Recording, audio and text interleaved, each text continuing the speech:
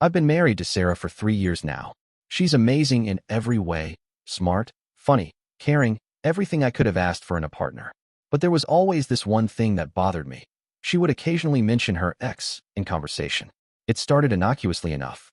Early in our relationship, she'd say things like, "My ex used to love this restaurant," or "My ex and I went hiking on that trail once." Each time, she'd look at me with those concerned eyes and ask, "Does it make you uncomfortable when I talk about my ex?"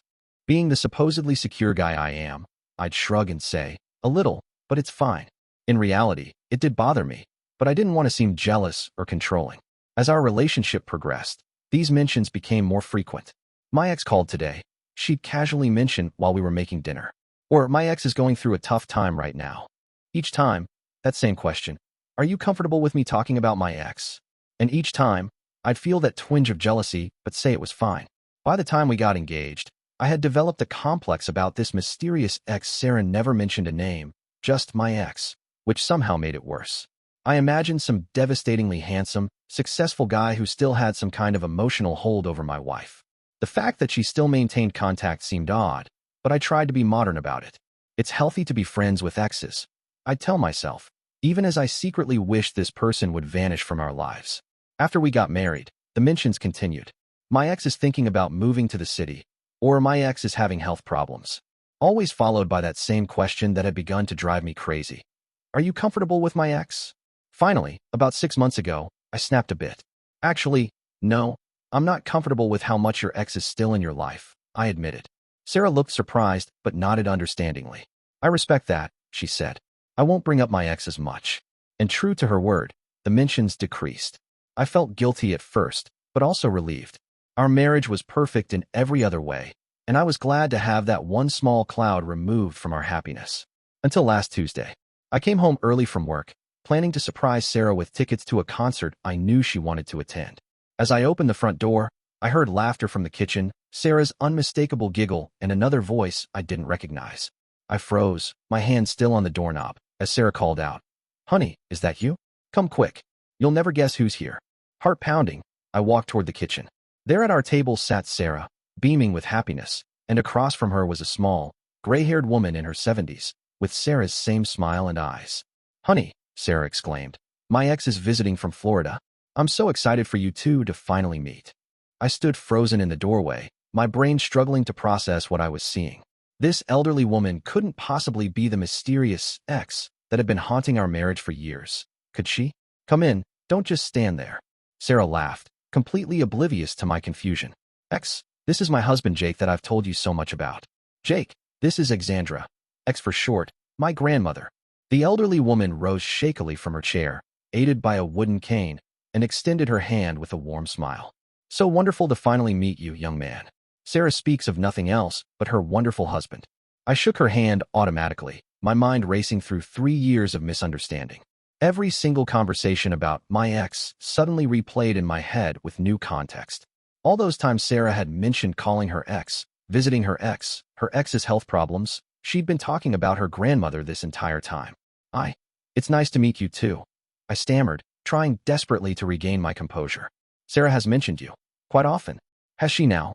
Exandra chuckled, her eyes twinkling. "All good things, I hope." Sarah beamed at us both, clearly delighted by this meeting. "Ex has been my rock since I was little. My parents traveled a lot for work, so I spent most of my childhood summers with her in Florida. She practically raised me." "Sarah was always such a spirited child," Exandra added, patting my wife's hand affectionately. "Always getting into mischief, but with the kindest heart. Not much has changed, has it?"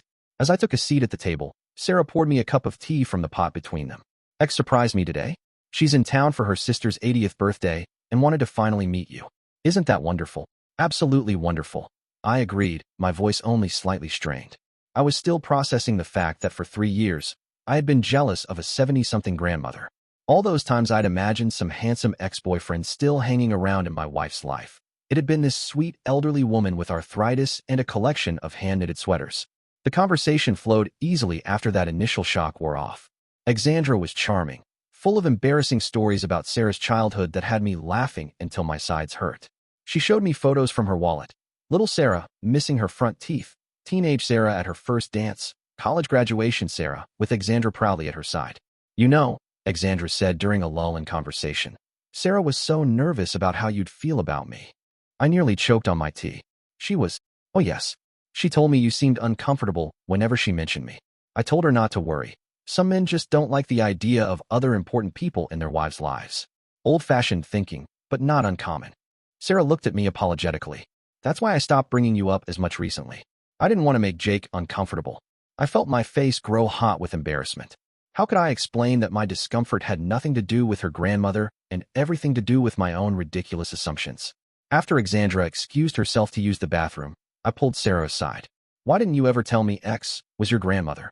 I whispered urgently. Sarah's brow furrowed in confusion. What are you talking about? I've always called her X. That's her nickname since I was little. I couldn't pronounce Exandra when I was a toddler, so I called her X, and it stuck. Everyone in the family calls her that. The realization of my 3-year misunderstanding hit me like a truck. I thought, all this time, that you were talking about an ex-boyfriend. Sarah's eyes widened before she burst into uncontrollable laughter, quickly covering her mouth to muffle the sound. Are you serious? You thought I was constantly talking about an ex-boyfriend? For 3 years. You always asked if I was comfortable with you talking about your ex. I defended myself.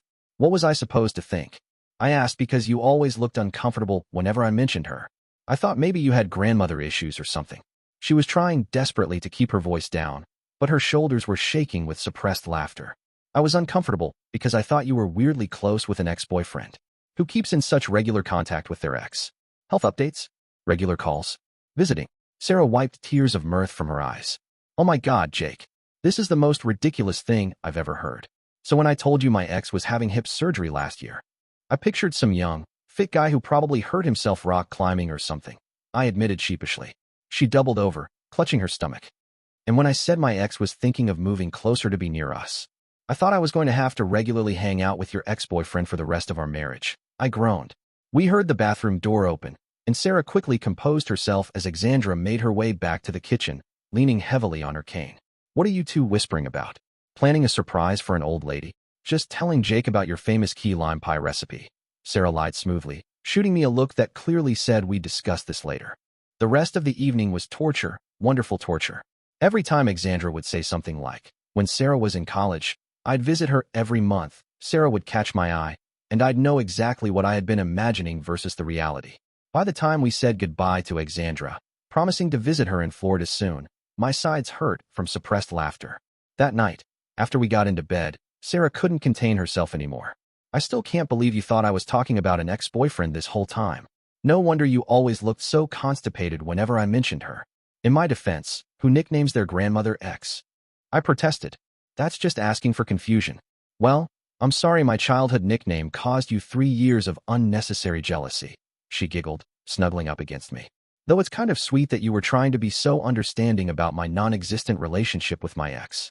I pulled her close, finally feeling a weight lifted that I hadn't even realized I'd been carrying. So, no ex-boyfriends constantly calling and visiting then? Nope. Just one slightly arthritic grandmother who thinks you're absolutely wonderful, by the way. I feel like such an idiot, I admitted. Sarah kissed me softly. My adorably jealous idiot.